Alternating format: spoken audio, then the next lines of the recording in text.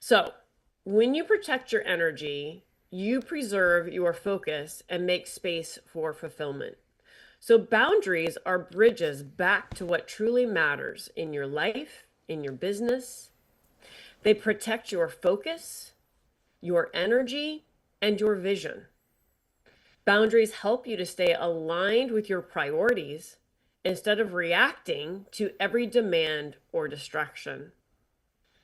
So, saying no with intention creates space for what supports your long term vision for your life. So, I don't know about you, but I know that I spent much of my life saying yes to things that were absolutely a no.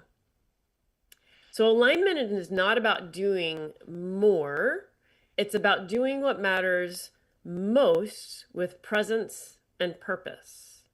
So, I'm going to ask you a few questions as we go along today, and I want you to just take a moment to reflect. And I'm going to pause as I ask these questions so that it gives you a moment to get comfortable with being in that moment. So, when we learn to slow down, when we learn to really observe something instead of just moving forward consistently, then we have a more vital life. We have more sustainability. We have more abundance and joy.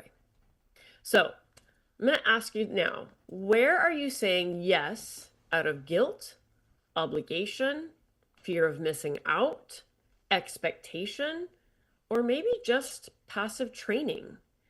So, anyone here notice how, whenever you say yes to something that you didn't think about and really evaluate if it worked for you, that sometimes that ends up becoming a problem later?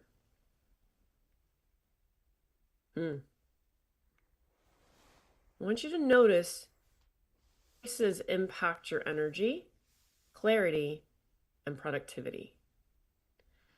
Setting a boundary is not being selfish, it's a strategy. It allows you to lead and serve from focus and not fatigue. So, when we are beginning the journey of setting boundaries, it's important to remember that it is to serve your higher good. It is to remove dis-ease from your life.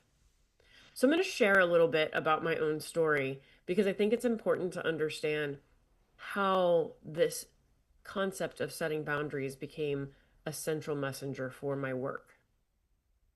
I was raised to just do what I was told.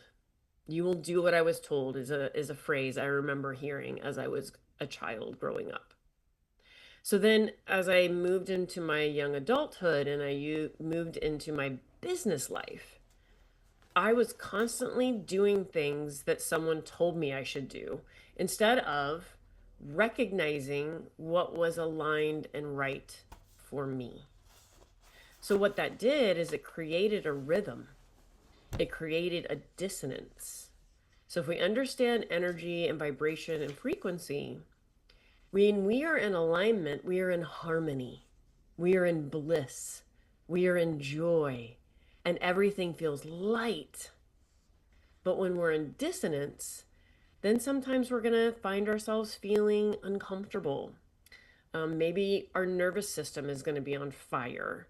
Maybe we're going to be resentful or frustrated or angry about something that we committed to.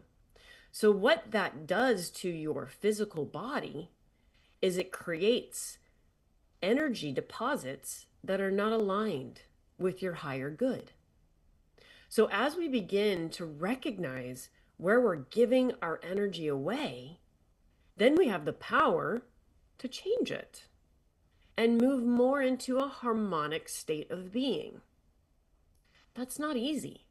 It takes practice and time.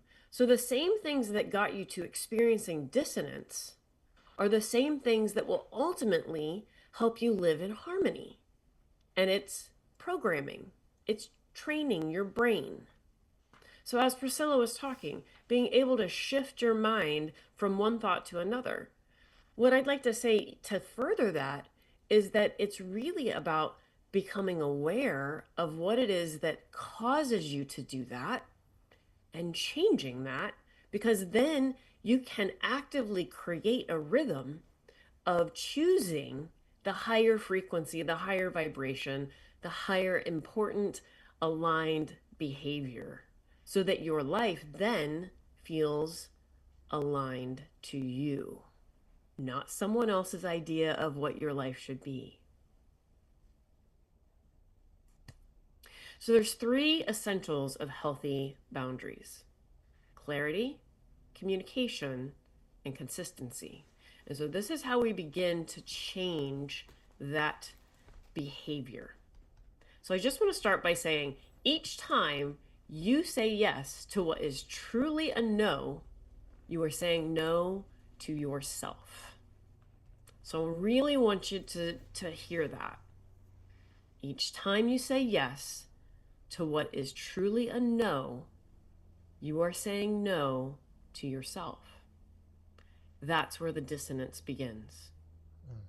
Anytime I don't practice the sacred pause and evaluate if something is aligned for my life, for my business, it opens up the door for chaos, for dissonance. So we want to begin to become clear about what it is that is truly in alignment for us. So, clarity: know what truly matters in your life, in your vision for your life, in your intentions. When everything feels urgent, focus gets lost. So, as we're zoning ourselves in to what is an alignment for ourselves, this allows us to be able to have a touch point to come back to that keeps us clear, that keeps us on purpose. So boundaries begin with the awareness of what is important for your life, what is aligned for your life, what is your yes and what is your no. So I have real clear yeses and nos. I had a conversation with a potential collaboration earlier this last week, and we were talking about this idea that she had, and she was like, and I don't have money to pay you. And I was like, okay, that's a no for me, because I've decided moving into the next year, I want to make sure that everything that I commit to is valuing what I'm bringing to it. So then I spoke up and I said, well, I'm going to be honest. This is my non negotiable. It's my no. If I'm going to participate in a collaboration, there either has to be a profit share or you have to host me and I then put a price point on what it is that I'm doing. And then it opened the door for us to have a conversation that then led to equality for both of us, not one or the other. So being very clear about that non negotiable allowed me to know where my yes was and where my no was. Second, communication. So I've already brought the communication step in here by sharing that story. If I don't invite others to respect my boundaries, then the only person that I'm hurting in that situation is myself, because that leads to resentment, that leads to frustration, that leads to me not living in authentic alignment with my life. So I have to express my limits, and I'm doing that confidently and calmly and from a place of just saying, this is what I can do and this is what I cannot do. Now, that requires me to sometimes pause, to sometimes step back and say, you know what, I think I need to give this some thought and get back to you. So, not having an immediate reaction is okay, but that's a learned behavior I had to unlearn because, again, as I said, my upbringing brought me into certain behavior patterns, one of them being answer me now. So, I had to learn that I don't have to answer right now. I don't have to respond to the text message that comes in the moment that it comes in. I am allowed to tell whomever it is that is asking something of me where my boundary is. And it's not harsh. It's just, I'm not going to be able to do that. I'm going to have to get back. It's having intentional thought around how I want to engage in whatever it is that's being asked of my energy. Because I'm the one that's in charge of using that energy, not letting it be drained or leaked anywhere.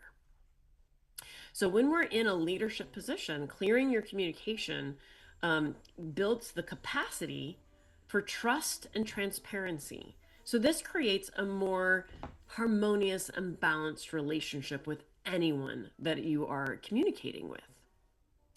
And last, consistency. So here's the thing, friends, consistency is the key. When we are retraining our brain, when we are trying to bring in a new behavioral pattern, it doesn't happen by me waking up one day and saying, bam, I'm going to do XYZ. It shows up and becomes who you are when you consistently apply it every time. Okay? Every time.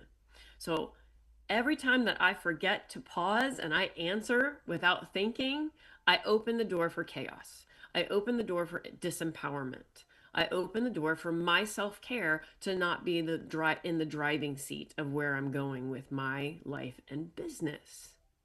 So it's really important that I remain vigilant in holding those boundaries on purpose. So they are not a one-time act. They are a daily practice. Each time that you honor your limits, you strengthen your confidence and reliability. So what that does is it creates the structure to allow creativity and success to flow through your life with ease. So I want you to imagine a time in your life, a relationship, a coworker, whatever it is that you can come up with. Imagine how when you asked for support when your schedule is full, when you're asking to support someone when your schedule is full, how would it feel if you said, I would love to, but I'm at capacity right now. Let's revisit this later. Then you're stepping in with power. You're responding with kindness, compassion, and love. And you're not closing the door on the opportunity to be a support, but you are honoring your boundary. So when you hear yourself say that it doesn't feel freeing or uncomfortable, so whenever you hear yourself say this statement, I'd love to, but I'm at capacity right now. Let's revisit this later. Does it feel freeing or uncomfortable? Does it feel out of alignment? So I want to explain something to you that whenever we first start setting boundaries, there's going to be some discomfort. Your nervous system doesn't know how to live there. Your behavior doesn't know how to live there. Your mind is freaking out because the ego is going, wait a second, that's not what we do. So we have to be able to allow ourselves to go through the discomfort because that is a signal that you're growing. Your energy is learning to stay in alignment. This path of boundary setting, it's not necessarily going to be comfortable, but that's also a good sign.